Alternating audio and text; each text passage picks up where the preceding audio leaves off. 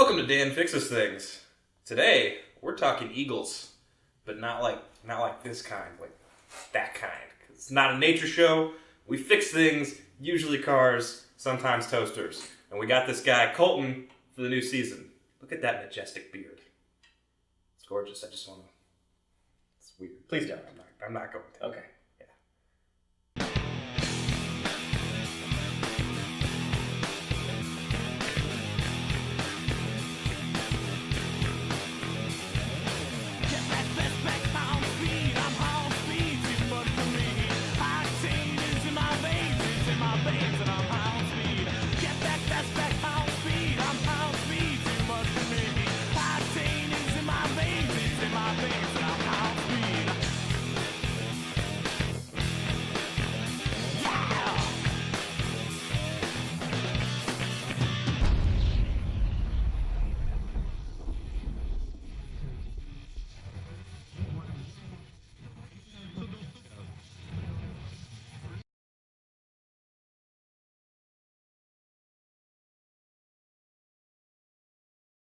Hello and welcome back to Dan Fixes Things, the show where Dan fixes things.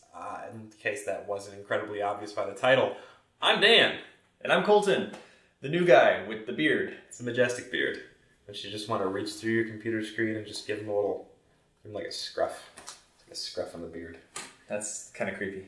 A little bit. There's a bunch of people on the internet now just fondling their monitors, thinking about you.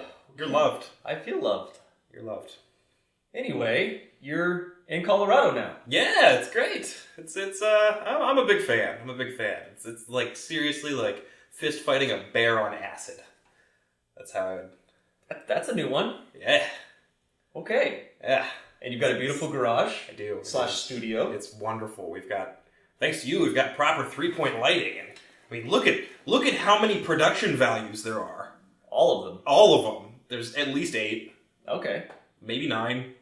I don't remember where that scale goes to, but a lot. We're not. If you aren't new to this show, you've seen some of the old episodes. They're all in my driveway in 100-degree heat and 100% humidity in Virginia, and basically underwater. Yeah, that actually is underwater. The whole first season was just all 4 episodes, 3 episodes. It was all underwater. We're not underwater anymore. It's great. Good. Yeah, basically drier. Vast improvement. Vast improvement. Yep. So last time we saw you in that previous season, you had the Eagle and a lot of engine work to do. Oh, yeah. So, well, I kind of skipped the engine work by putting a new engine in it. That was what I went with, because there was a hole in one of the cylinder walls almost big enough for me to fit my hand through, and the whole top of the piston in that was gone. It was just gone. I don't know where it went. Gone. Out the exhaust. No, that's impossible. I don't know. Probably out the hole in the wall. But yeah, so what we ended up doing, picked up a crate motor, 4.0 out of a Cherokee, or that's what it was listed from, and did the necessary modifications and put her in with, it's got stainless headers on it now. It's got a Grunk performance carburetor. It's pretty sweet. But it has not been started yet. So you guys are going to get to see that soonish. Yeah, exciting. Yeah, very little left to do. It's great. Cool. Well, we'll see that for next episode. But yeah, you do have a lot of GoPro footage of the engine swap. I do. So you can kind of see what all was necessary in order to make it happen. Great. Well, I guess let's have a look then.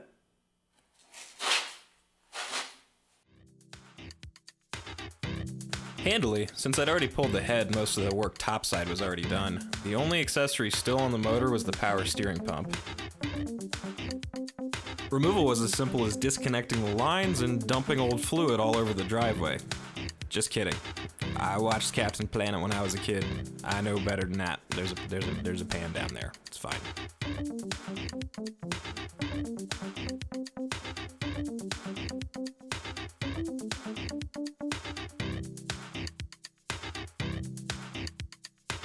And here's a little duct tape, what for keeping the shmoo out.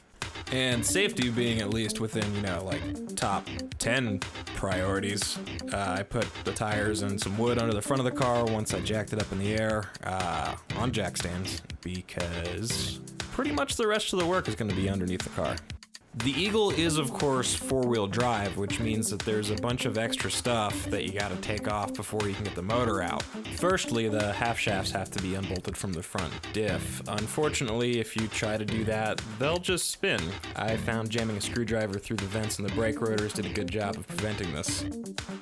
Next, I used a Sharpie to mark the flanges and gave it a little tap,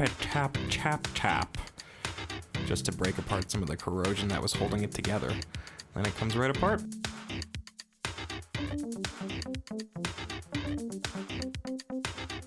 To keep the half shafts out of the way, I took these big zip ties and used them to secure the half shafts to the subframe. And of course I did this on both sides. Next, the starter motor had to come out, so that meant unbolting the power wire, going to the battery, and then the two bolts that held it to the bell housing. With the starter motor out of the way, we can finally see the flex plate. Aha! Feels like progress! Ah, look at that. A genuine American Motors part. Wait a minute. What does this say? Just because we can see the flex plate doesn't mean that we can get to the bolts that hold it to the torque converter yet. First, we have to take off this access panel, which means we have to take off this support brace that goes to the front diff. With the access cover removed, we can get to the flex plate bolts, but only one at a time. To get to all of them, we have to crank the engine over by hand, which is fortunately very easy with the head off. Once all of the bolts are removed, the flex plate will turn independently of the torque converter. Next, it was time to remove the diff, so I decided supporting it might be a good idea so it wouldn't just fall on the ground.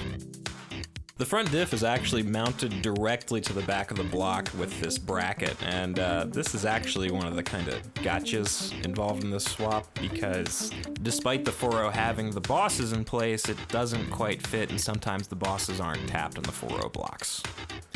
The diff is also bolted directly to the driver's side motor mount, which means these bolts need to come out. And there's one more on the passenger side motor mount just above the axle tube.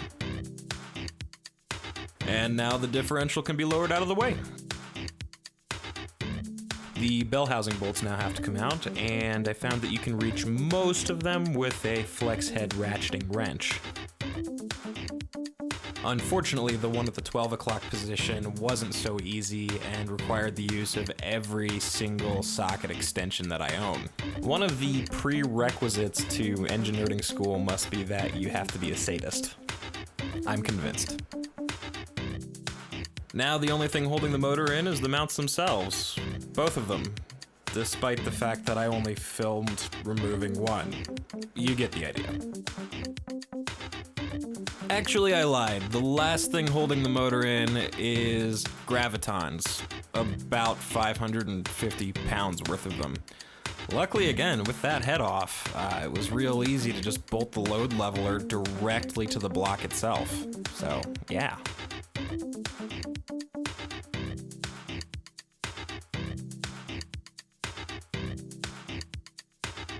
And out she comes. What a sight to behold.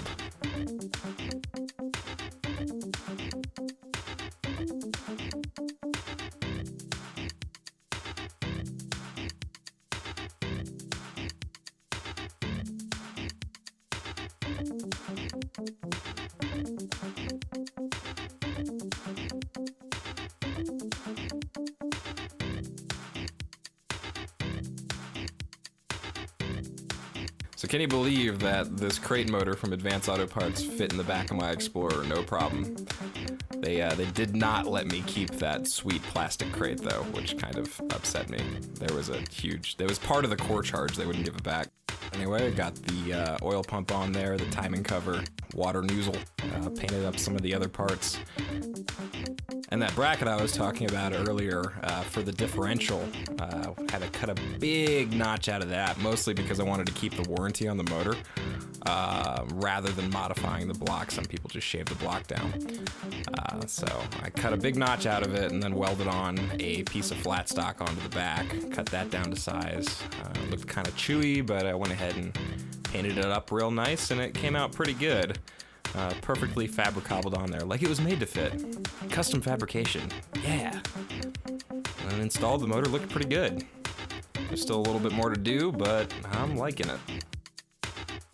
So the head on the 4.0 is obviously a little bit different than the one on the original 258. The intake manifold actually does fit, though. It's slightly off as far as vertical placement with the accessory brackets, but it does bolt up. And then the exhaust manifold, I ordered a cheap Chinesium one off of eBay so I wouldn't have to feel bad about beating it with a hammer until it did fit. And then it did, and you know what? It looks pretty damn sexy. So I like it. I'm digging it.